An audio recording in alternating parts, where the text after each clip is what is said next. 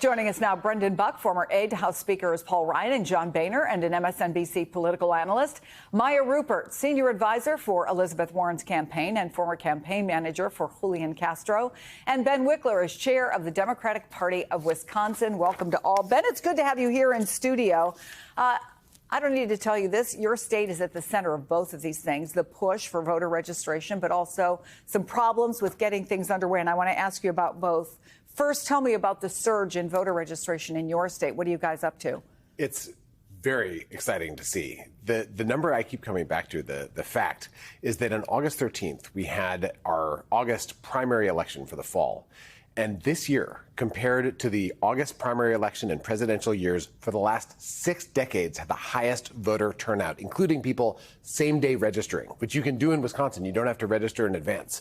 We're seeing this flood of people, especially young people, but folks all over the state getting involved, volunteering for the first time. More than half of the volunteers that are signing up now have never volunteered with us before, and then actually getting out, registering, and voting.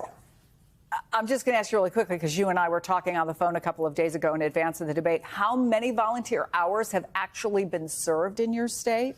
Well, we've seen more than 50,000 people have signed up, but we've had 40,000 people complete volunteer shifts that are usually 2 or 3 hours long. And a lot of them are folks that are now re-registering to come back again and again. These are knocking on doors. This is making phone calls, joining phone banks, and then also going to farmers markets, having barbecues, and then asking everyone there to take their phones out and contact everyone they know, to go to wisdoms.org and sign up to volunteer and donate. That engagement is fueling a surge of energy that I think will have consequences down ballot in state legislative races, House, Tammy Baldwin for Senate, and the presidential. So the good news is we all want as many people as possible to participate, as many people as possible to vote. Are you concerned, though, about the warning in that letter to the Postmaster General that there is a risk of limiting voter participation and eroding trust? What I think is good is that so many different people are engaged writing that letter, working to solve these issues. We've seen over and over these Republican attacks and going back to when Trump was in office, attacks in the U.S. postal system. But what we've seen over and over is people overcoming those obstacles. And now in every race where people trying to undermine the election tried to gain public office, people who believed in democracy won those elections. So this will be a safe and secure election. It'll be easy for people to cast their ballots, and those ballots will be counted. We just need to earn them. Okay, Brendan, Republicans have been trying to increase mail-in balloting, but Donald Trump has long linked absentee and mail balloting with fraud, right? Earlier this week, he tweeted about unproven claims that 20% of mail-in ballots in Pennsylvania are fraudulent. So RNC Chair Laura Trump was asked about that. Here's what she said. Donald Trump wants every voter, no matter if you're voting Republican, Democrat, or third-party candidate, to feel comfortable that you can vote. 20% of them are fraudulent? He's specifically referencing information from the 2020 election. What we're talking about right now is making sure that every vote matters and every vote counts. And I've worked very hard. What information do we have? RNC. What evidence is there that 20% of the mail-in ballots in Pennsylvania in 2020 were fraudulent? I didn't see that report, so I'd have to go back and look at it. So I can't directly speak to that. So, Brendan, are Republicans capable of changing the narrative on mail-in ballots, which they now, at least some of them, seem to be acknowledging are a good thing for your own candidate? Well, every campaign operative understands that they're a good thing. I remember the very first House race I worked on many years ago. It was one of the first things I learned, that you chase mail-in ballots, because then you bank those votes and you don't have to worry about turning them out. Look, Donald Trump has done and said a lot of self-destructive things over the years, but this is near the top of the list. Telling your voters not to use mail-in votes is costing, without a question, costing you votes on election day. People, for whatever reason, don't show up, things happen, and you're losing votes. Now, everyone has tried to convince him otherwise. Kevin McCarthy, the former Speaker of the House, tried to convince him otherwise. Mitch McConnell tried to convince him otherwise. And I think he, at this point, has been convinced somewhat that he's hurting himself by doing this. But he has such a large megaphone that his daughter-in-law telling people now it's okay is not going to do the trick, because so many people are convinced that it is all part of this conspiracy, they think, to overturn people's votes. So Maya, Michigan's Secretary of State spoke to MSNBC about threats that election workers face amid all of this. Here's what they said about it.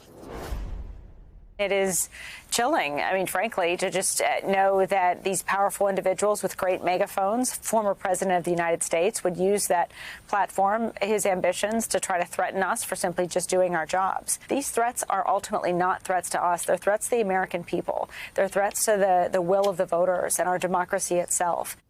So, Maya, how do you reassure voters about the process when not only do you have a lot of people denying that it's safe, you have election workers who are scared, and there's also been, I did a quick Google of election workers now, state after state after state, they're having trouble getting people to work at election sites because of their worry that they are not safe, and they're saying there could be long lines. So you add a lack of election workers to what may be record registration drives. Where does that leave you?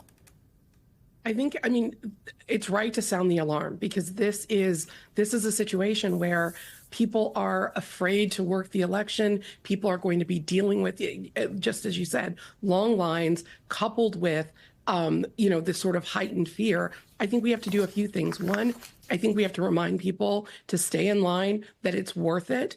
I think there need to be voices across the board countering what Donald Trump is saying. I think we need obviously Democratic voices, but I think it would be really, really valuable right now to hear from Republicans who deeply disagree with Donald Trump, making sure people do understand that the integrity of mail-in ballots is safe, that they can use them, and countering this narrative so that people aren't afraid. I mean, the idea that we have people who would volunteer to work at elections who are now being threatened, that goes to the heart of who we are, and people should be saying very, very loudly that that's not acceptable, that's not okay. And I think we also just need to make sure that people are getting the message that we can't expect to get an answer on the night of the election. We have to let these processes play out to make sure that people's votes are counted. And that means that, unfortunately, we're going to be staying up watching election results, and some of these will not be decided night of, and we just need to prepare people for that, because otherwise you get in this situation where people are demanding something that cannot be given to them immediately, and we need to make sure that every vote gets counted. So, Brendan, Democrats have an advantage, a new one. The name is Taylor Swift, helping them drive up voter registration. So we just got a new number, right? She posted, linking to vote.gov, 406,000, one shy of 406,000 people visited during the 24-hour period that it was live. We should note we don't know how many of them actually registered or what states they're in. That was my first question. Are they in battleground states? But how do Republicans even answer that kind of engagement? I don't know that they can. I mean, they probably have been needing to focus on voter registration for a long time to catch up with something like that. Look, you and I have talked previously about the amount of money that the Kamala Harris campaign has been able to raise. And you asked the question, what do you do with all of that money? Well, this is the answer. This is what you do with it. You register voters. You open up offices. You turn out people that otherwise were going to be on the sidelines. Look, every campaign knows who their high propensity voters are, the people who come out every time. But you can really start putting points on the board when you're able to bring in people who are maybe on the margins, curious, who are first-time voters. We never know what the real electorate is going to be, but when you are able to shape what that electorate is going to be, that's what an effective campaign can do. And clearly that's what they have going on right here. And I think Taylor Swift in the mix certainly helps. So, Ben, there is a new Marquette Law School poll of Wisconsin only. It shows enthusiasm has increased among Democrats. 72% say they are very enthusiastic. That obviously, as the head of the party there, is something you like to see. Enthusiasm is one thing. We talk about this all the time. Actually getting people to the polls is the other thing. Do you have the money? What's your relationship with the campaign? Do the other candidates you were talking about have that kind of influx? And is everybody sharing the infrastructure? Tell us what's going on. We all know how important Wisconsin is. So we have this extraordinary coordinated campaign operation. We have, at this point, more than 200 coordinated campaign staff that work to turn out voters, persuade voters for every Democrat on the ballot. And at the same time, we're seeing a flood of dark money now running ads attacking Democrats in the state legislature. We definitely need more resources, and we can put them to use. What's exciting is that, sometimes you're calling people, you're knocking on doors, and people just don't want to engage. Now they want to engage. Really? The impact of this work is up now because there's so much interest, so much curiosity. Taylor Swift absolutely helps. But I'm curious about this because I have spent, I can't tell you how many cycles going door to door with Republicans, Democrats, special interest groups. And I would say the number of people who actually want to talk, it's a low volume number.